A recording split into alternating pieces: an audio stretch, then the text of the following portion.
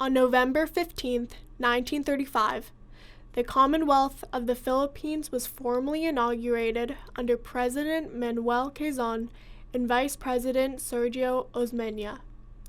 It was a moment of great hope as the Filipino people looked forward to the creation of a republic independent from the United States of America that was to follow this transitional government. But only 6 years later, the dream of liberty was put on hold again as the violence of World War II spread across the globe. The Philippines were not spared conflict, and on December 8, 1941, the Japanese invaded the islands. During their occupation, hundreds of thousands of Filipino soldiers and civilians were killed, and many more were forced out of their homes, displaced by the violence. Much of the country was devastated by years of occupation and hard fighting, and the road to prosperity would be difficult. In the decades after the war, many young Filipinos emigrated, seeking a better life for themselves and the means to support their families at home. America was a promised land for these immigrants, and continued immigration since that time has made the Filipino-American community one of the most vibrant minority groups in the United States. Lydia Espina was one of the Filipinas who tasted the early dream of independence, suffered the fear and displacement of war, and afterwards immigrated from her home country to North America, seeking to improve her life and the lives of the family that remained behind. Lydia is my grandmother, and in the summer of 2019, I sat down with her to interview her and learn about and from her story. Her journey and the events that she lived through can still teach us today. We live in a world where many are displaced or live under the threat of displacement. From conflict and natural disaster, many more leave behind their homes and face great uncertainty to emigrate abroad in search of opportunity and hope. This is Lydia's story.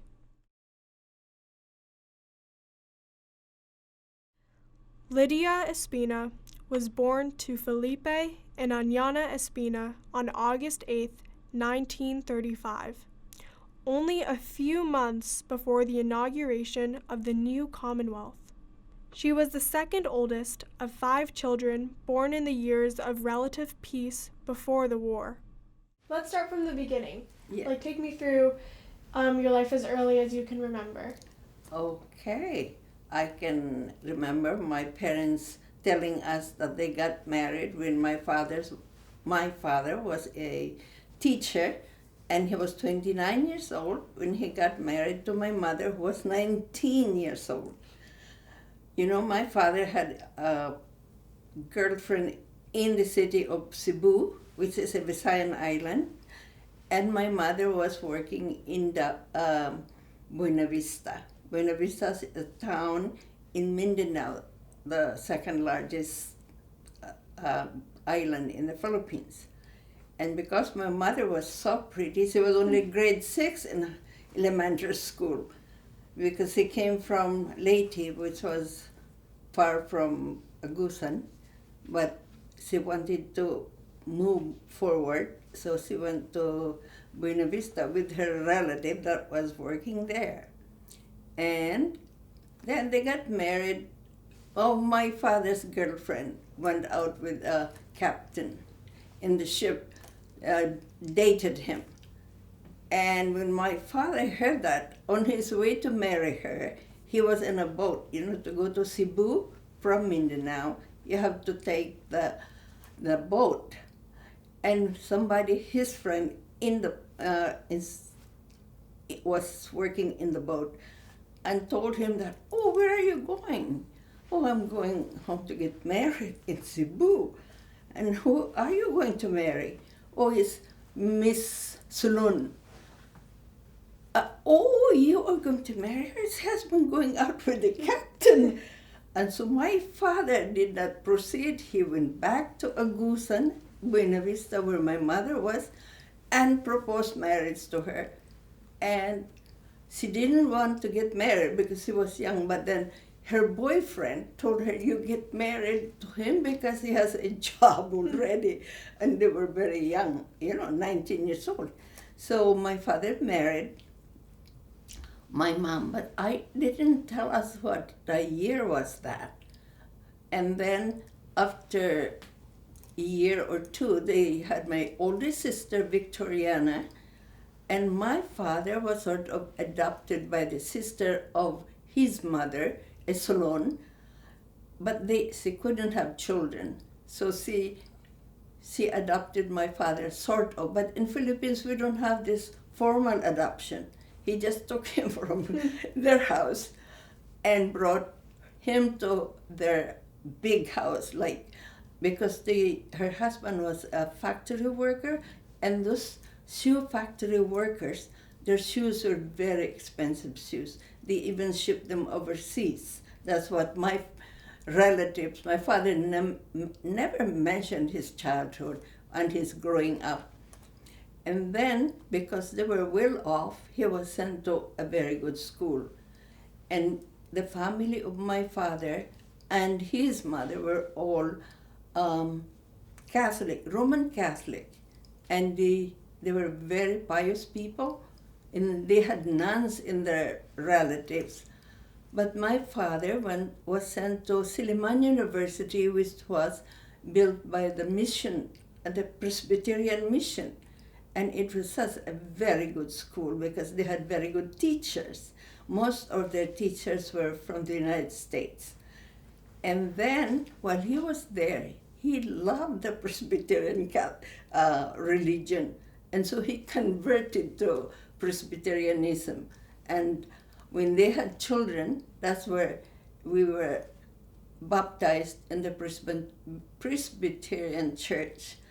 And my oldest sister was called Victoriana because the name of the supposedly mother for him, the sister of his mother, was Victoriana. So to honor her, he called his first child Victoriana.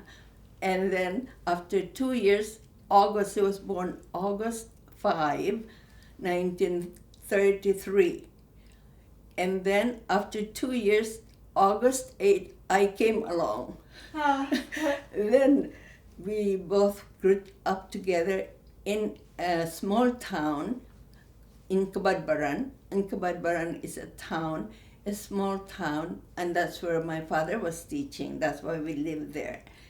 And then after 2 years, my sister Faye also came along, August 1st.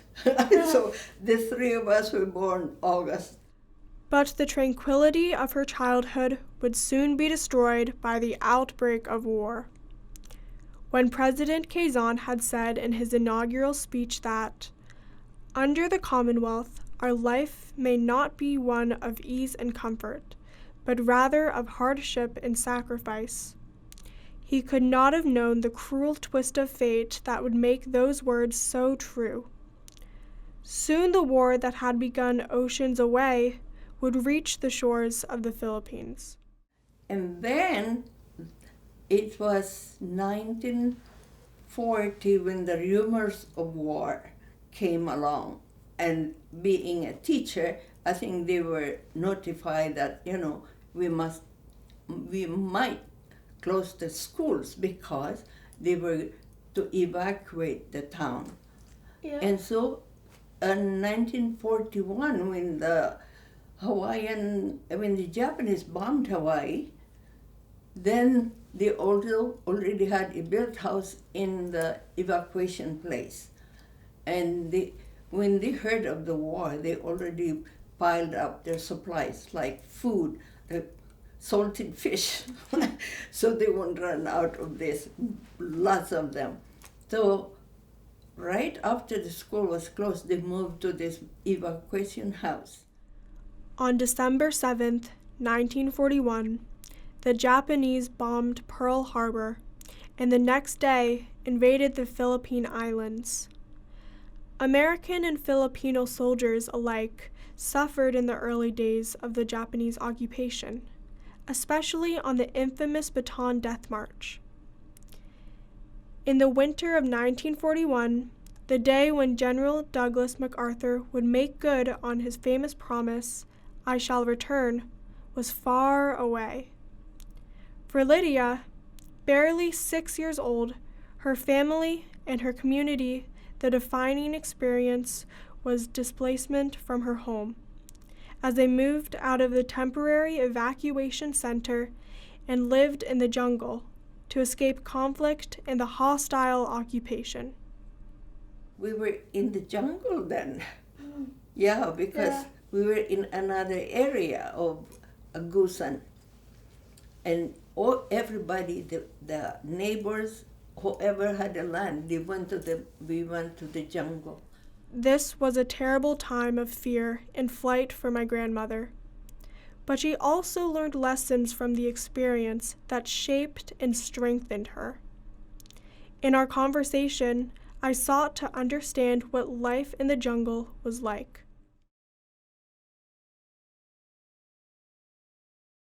What was your biggest encounter with a Japanese soldier? Well, I have never seen a Japanese soldier, but the teeth through TV. But the people, because we hid in the jungle, we didn't want to. We heard that the Japanese were extremely cruel. They went to different towns of the Philippines, in Agusan, in Mindanao. And do you know that the scouts were saying, "Oh, run as fast as you can or hide in the jungle," because these Japanese, when they see pregnant women, they just run their bayonet into their abdomen and kill the woman, or women there that were pregnant. And then the babies that they saw were tossed up into the air and caught with their bayonet. Now, as a child, we were so scared. And of course, adults too were the worst who feared for the Japanese. So we never saw the Japanese, but they said that the Japanese were there, going up and down because we were close to the road. And the people there were so scared, and we never saw the Japanese. And after that, when the Americans left the Philippines, the Japanese had already taken over the area. So some of the Filipinos were good friends to the Japanese. I think they have a name for that, but I don't really know exactly. When you befriend your enemy, and you also tell the enemy that these are bad people, the Filipinos. So almost like a spy? A spy, right. Yeah. And they just want to be friends, so they won't be molested by the Japanese. So that was the thing. During the war, we were more afraid than missing anybody.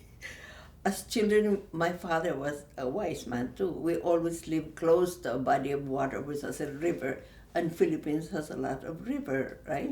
So every morning we all swam into the river and then open up the big rocks to get some shrimps or food that hid under these rocks. And we brought it home, and my mother would cook them, and we enjoyed that. It was fun for us then. In the jungle, well, the fun was when we saw a stream coming out from a side of the rock. That's where we got our water. That's why we did not get dysentery or any abdominal disease. But then it was close to 1944 when the Americans, this happened when the Japanese force had diminished tremendously because the Americans brought their bombers, the B-52, I think they called it, B-52. We can hear it, and this was the worst part of the war because you can hear the sound of this massive planes dropping bomb And we could even, from Kabadbaran, they bombed the big cities, the towns, and ours was a community in the jungle, right? So we were not bomb them, but because it was close, so many bombs have fallen, the earth you can feel the shaking of the ground. Were you scared? Oh, very much. Whoa, my father used to say, oh, just close your eyes and put your hands in the side of your ears so you cannot hear the sound of this bombing. Very, very scary. Oh, yes. In the jungle? My father was very, very ill. And even my mom was already crying because he sort of had a paralysis of his both legs, and he had high fever. But the doctor that was also evacuating, we knew where he was located. So my neighbors and my brother, they rode on the back of the buffalo. We had a buffalo, water buffalo. And so they rode there to get the doctor. Yeah, my mom, my brother Caesar, they were two of them at the back of the buffalo, and they went to the doctor who was in another area of the jungle. And then fortunately this doctor was available. He came, and then he diagnosed what my father was suffering. And he said, okay, this is what he needs. He needs a lot of massage of his legs so it won't be permanent paralyzed. So we had a neighbor who said that he could do a lot of massage. So he was there every day massaging my father's legs. And God was so kind. He recovered. How long did it take for his leg to be recovered? Little Elizabeth Grace, I really don't know. My mother was so sad. We were all crying that my father couldn't move anymore. So as a child, when somebody is very ill in your house, you don't know how you feel. It's terrible, very. And then when he recovered, it was such a joyous thing for my mother. We prayed because even the minister of the church in that area came to visit and prayed for my father's sickness. What were they like? Okay. In the jungle, you get all the bamboos. In the Philippines, we have lots of bamboos by the side of the river. So because the bamboos are strong trees, you cut them, and we carried it to a place where my father and mother wanted to put this hut. So you can easily just put it in the ground and then put the bamboos like that. They put the side four sticks of bamboos that were the oldest one, and then we get the smaller bamboos for our floor, and then we slept on that kind of thing. So that was our hut, and the banana leaves, wild bananas grew there so much. What would you do if it rained? Of the banana leaves, we make it so thick that the rain won't come up. Did it rain a lot? Oh yes, we have monsoon season. Yeah. Remember during the monsoon season, you probably learned the it water in your was studies. Up to my waist when we went last time. But because we were in the side of a mountain, the water drained down. Okay. It did not accumulate so much that you get drowned. You've told me about the jungle, and you have a really vivid memory about it.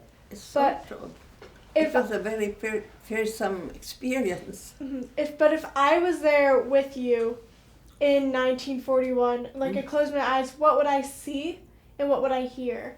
Okay.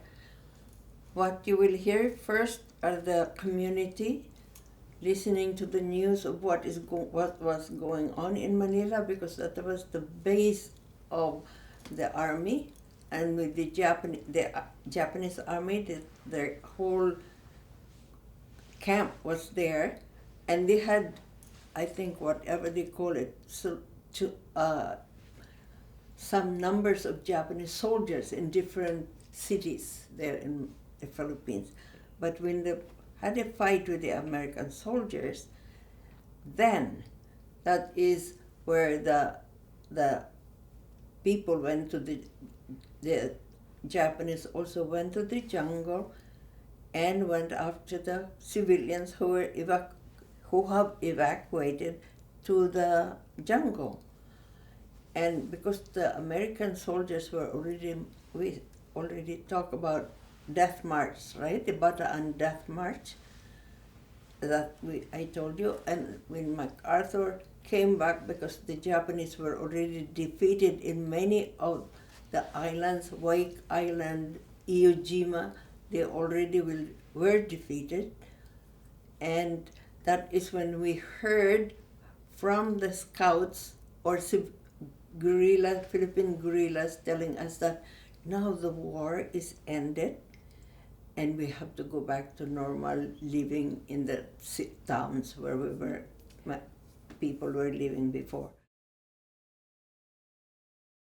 Oh, the typical day, first in the morning as children we swam in the river that was close, and cold river, looking at the stones, trying to figure out where we can find shrimps or fish or some kind of seashells. And then after that, because the jungle is full of animals, beautiful birds, different animals, and you can hear the lovely singing of the birds and the monkeys too. Oh, you can see the monkeys jumping all over the place in the big trees. And then we listen to the adults talking about where the Japanese are now and how are they doing and where are the Americans. And that is when remember I told you that when the Americans came to Manila from Australia, the planes, there were, I think, 12 planes at the time. Their planes we could see because it's star. The American planes had a star on its wings, very big. The Japanese had zero red on their wings. So when they were there and bombing, we were in our foxhole to run from the sound of the plane. That was really awesome. And then when they finished bombing, we went back out. And then that is when we got hungry because it's time to eat. So my mom had already something. Wherever we went, bananas, coconuts, papayas. The papayas were plentiful in the forest. The guavas were plentiful. So wherever we moved from one shelter to another, which is just a tiny hut, we all went there, stayed together, 5 children and 2 adults.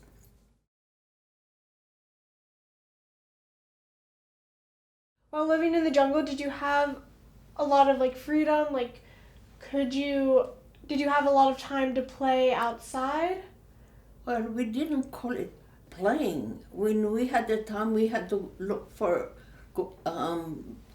dead branches of trees for building our fire, because firewood was so important during that time, and gathering water from the river for cooking, for washing, looking after the clothes. So when we had to jump out of for the next hideaway, we will have everything ready to move. You just did not go around looking for something or playing. We were there most of the time with the parents, and sort of things were planned that when there is another evacuation, we are going to go into that forest, not this, because we had to move after my father and my mother heard from the guerrillas or the scouts from wherever they hear from what was happening in Manila and where the Japanese were coming,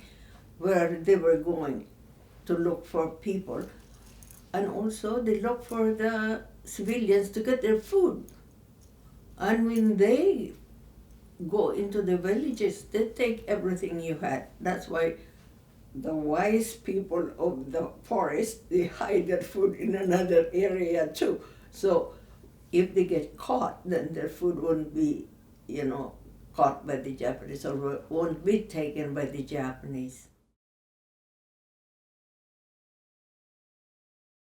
What about school? Even though you didn't have like a physical building to go to school? No, Were you my still taught? father was a teacher, remember I told you? Yeah. We never learned anything except the forest and the name of the birds, the name of the fish, the name of the people that we encountered during evacuation time. No formal education whatsoever. We didn't have a piece of paper to write anything, so we never learned how to write our names. It was only after the end of the war that we started to learn how to write, how to read, and then became happier then. But during the war, our fear was tremendous, really, especially when the adults hear that the Japanese patrol were on the way to your area. You have to get out, because the story of being bayoneted when they catch the children and the pregnant women they had to open up the abdomen. That were fearsome, and so killing all the men that they encountered, the men that were head of the families during evacuation time. Mm. That was the thing that we feared even as children, because when you hear all the stories, how would we happy? The Japanese, they were the sort of the giants and the marauders in the country. Whoever they meet, they will kill, and if you have something, they will get it from you. Oh, my father, because my father was a very pious person, Yeah. that is when in the morning we prayed always. The children were made to kneel and pray. That was always. Before we ate anything, we prayed. Before we went to bed, we prayed. And we asked God to help us. As children too, you hear the adults. And we speak our own dialect, which was the Visayan dialect. And everybody in Mindanao spoke, the Cebuano, they call it Cebuano language, which is the Visayan dialect.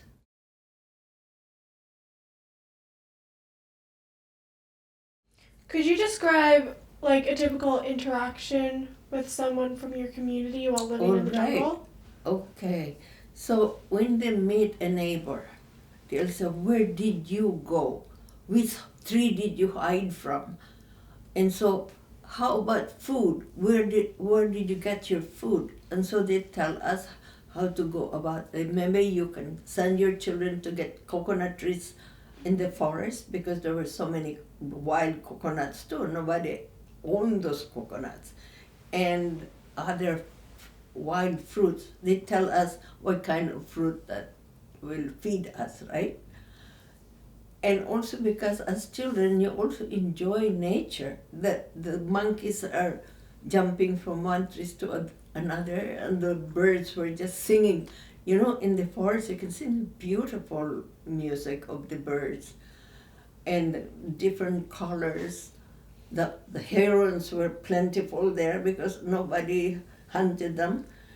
And the parrots are so sweet because they couldn't fly very fast. And so they were moving from one tree to another. But because we were afraid, we never went after the birds. We enjoyed looking for them.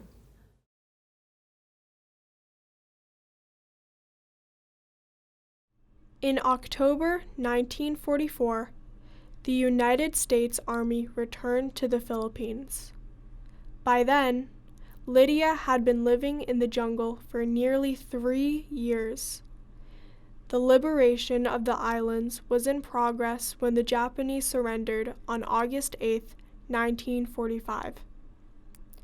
Afterwards, Filipinos gradually returned to their homes and began the arduous restoration of a country that had been shattered by war. A bright spot was July 4, 1946, when the long-awaited Republic of the Philippines finally came into existence as the United States recognized the nation's independence. Although there were challenges, these were also years of opportunity for those who had suffered during the conflict. I asked my grandmother what it was like to return to her village after the fighting had ended.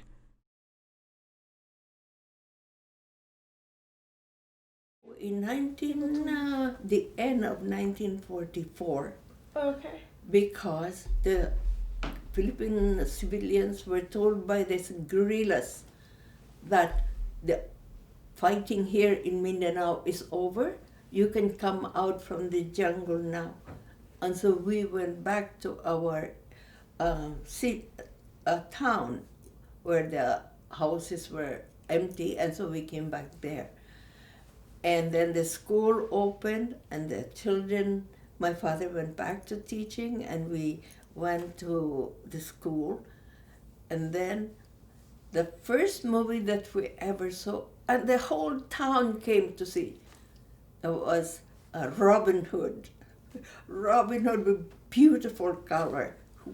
It was shown in a marketplace where everybody brought a chair, everybody brought their small children, and that was the greatest joy that we faced when the war ended.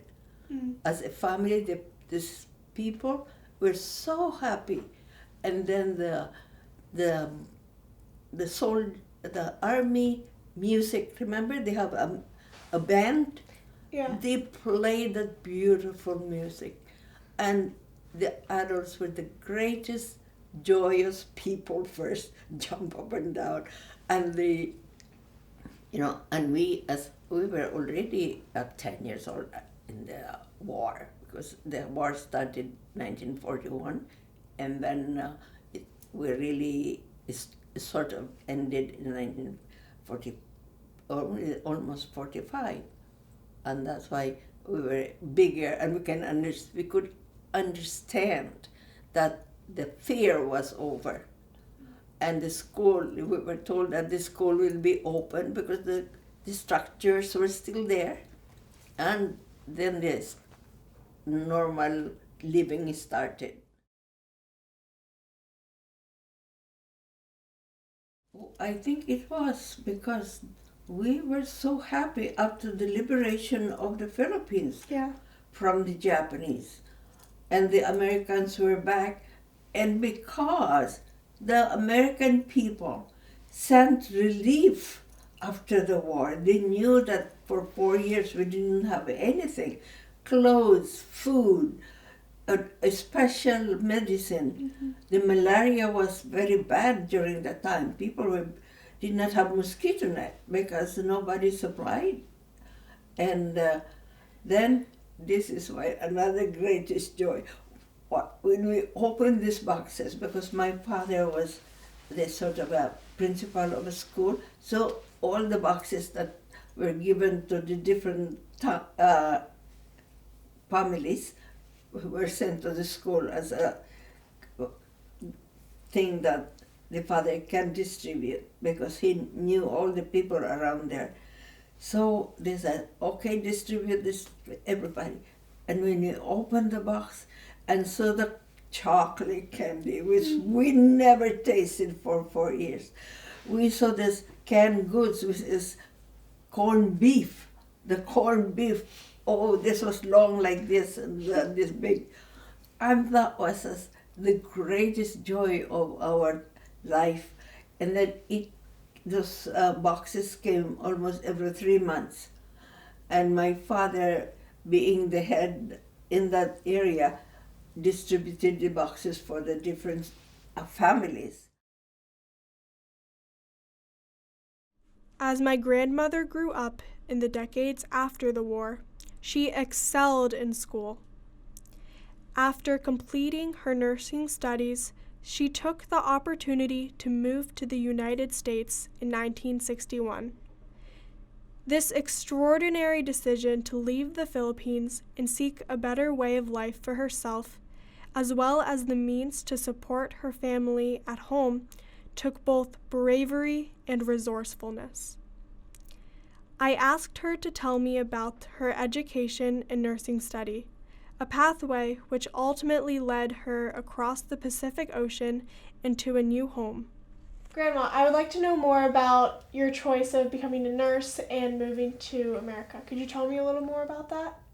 Yes, I think I slightly mentioned this earlier, but I wanted to be a missionary and wanted to be a Bible woman. As a woman, I wanted to go to India, Madras, to that place in India, Madras. But when I was in my high school, my principal had a nurse wife. And he said to me, yeah, he was also a Presbyterian, religious Presbyterian. And he said, Lydia, I think with your personality, you will be a very good nurse. I said, very good nurse. It's expensive to go to school. He said, yeah, it's not expensive. You can go. So when I was in the fourth year high, I happened to be the number one in high school. So the first year of university work was free for me. If you are good in school and you happen to be number one in your class, you're given free education in the first year of university. So because we had to have 4 years of nursing, and the first year is pre-nursing, they call, and you have to learn zoology, psychology, all these pre-nursing subjects. So I went to Cebu City where my father's relatives were. I stayed in one of my father's nieces and stayed there for a year. And after that, I went to Davao City for 3 years. And that was run by the mission, Presbyterian mission too. So the hospital was called Brokenshire School of Nursing. And then I always wanted to be the number one in class. So my first month, we had, first 3 months, we had biology. And I happened to love biology, so the doctor said, wow, Lydia, you're doing very well. I said, thank you. But working as a nurse wasn't easy. We were the staff of the hospital. We worked day and night. In the daytime, we were taught by our professors who were doctors, and we had a missionary woman, the wife of our missionary, who taught us dietetics. And nursing was hard. We were all together to start with 25, but 2 of the girls, young girls, couldn't hack out working at night, and they didn't have the personality, I suppose, to really care for other people physically. So they quit after 6 months. So that's all they can take. So the 23 of us keep on going, and we did finish nursing after 3 years. And after we graduated, because we were in Davao, which was quite far from Manila, we took a ship to go to Manila to study, to have a review first before we take the national licensure examination for student nurses who passed, and to practice nursing you have to have this credential. So we took it, and boy, that was not an easy exam. It took hours. I think it was over 2 hours when we took that examination. But fortunately, the 22 of us passed, and one did not pass. Unfortunately, she had to review again and take the exam. And I think she passed the second time she took the examination. From there, I went, before I graduated, I already had a job. The director at Tacloban Hospital, run by the Presbyterian Mission, came to our school in Davao City, wanted to have 4 nurses from our graduation class. So I was so happy to work as a nurse. If you didn't have any backing, it was difficult, because in the Philippines somehow, when you apply for a job in the government jobs, you have to have people that will support you, like politicians, the governor, the principal having a talk with whoever was the principal of running the examination, right? But I was so fortunate to be selected one of the 4, and when after passing the exam, I went straight to the Tacloban hospital, and we were met by the director of the hospital. So I went and introduced myself. I am Lydia Espina. You selected me as one of the nurses, and we can sing in the choir. And he said, "Oh, that is so good that you 4 can sing in the choir." Yeah, well, we had a choir in our Brokenshire School of Nursing. Now, because that was a mission hospital, and living as a Christian was emphasized, so we had service every morning before we went to our assignment on the floor of the hospital. So it was really taught to us to really care with a loving heart. So I think everybody received that training, and we all separated, work in different hospitals, and we did not, I think all of us did not have any problem getting a job. And in the Philippines, working in the hospital is not like here. Here you have a lot of disposable things to use. There, we sharpen our needles. We sterilize our own syringes and needles before we can use it for the patients. So it was hard work. And we made our own sponges, the bundles of gauze that we received from packages from the United States. We had to cut them and make sponges to use for our patients. Did you enjoy the work of nursing? I loved it. It was, to me, it was just what I needed to do to really care for my patient. Was like doing something spiritual, because I was a spiritual girl in elementary school and high school. My parents were. We always, as I told you, we always had prayers before having our meals, and before, at night sometimes my father would come and did the prayer. So that was really very given to us, very deeply emphasized. All of us, 9 of us, were really deeply spiritual, I would say. So when I went to Bethany, we had doctors, 2 doctors that specialized in the United States. They said, "Oh, they told us how beautiful it is to work in the hospital. You didn't have to work so hard. Your salary will be higher. And I said, that is the perfect place I want to go. And my uncle too, my uncle Philip Espina, who was an athlete when he came to the United States, was there living with his family. So I wrote him a letter. After my 3 years of work in Tacloban Hospital, I wrote him a letter that I would like to come to America.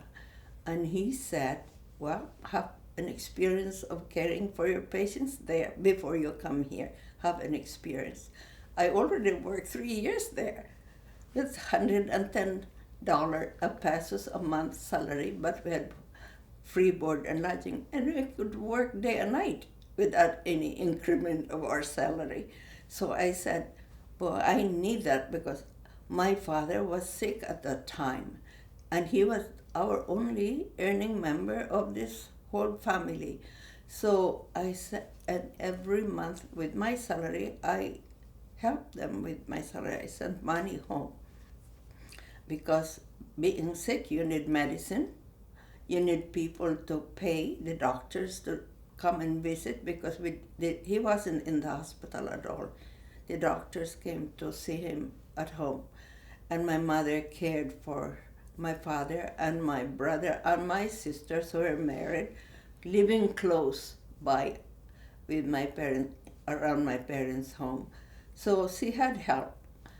And then I said, I have to go to America. And when I went to Manila, I already heard from these people that there are people recruiting nurses, and they are based in Manila, the capital of the Philippines. So with some of my co-workers, we went there and we applied to come to America.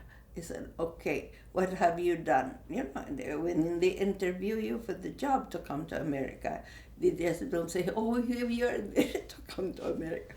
They said, okay, what experience have you had? I said, I had experience in surgery, in delivery. I had, because in the Philippines you are an all-over nurse, and medicine. These patients I have cared for. I said, okay, you are good. We'll take you to, we'll send you to America. So America, when I came, was November 1961. And when I arrived in America, it was such a blessing. It was like freedom for me. It was such a beautiful country compared to what we had to undergo in the Philippines. And because Philippines was, during the war, was really awfully bad. People couldn't do any work. They were in the jungles. This chapter of my grandmother's story concludes here. In the years that followed, she moved to Canada and met her husband, Mohan Goel.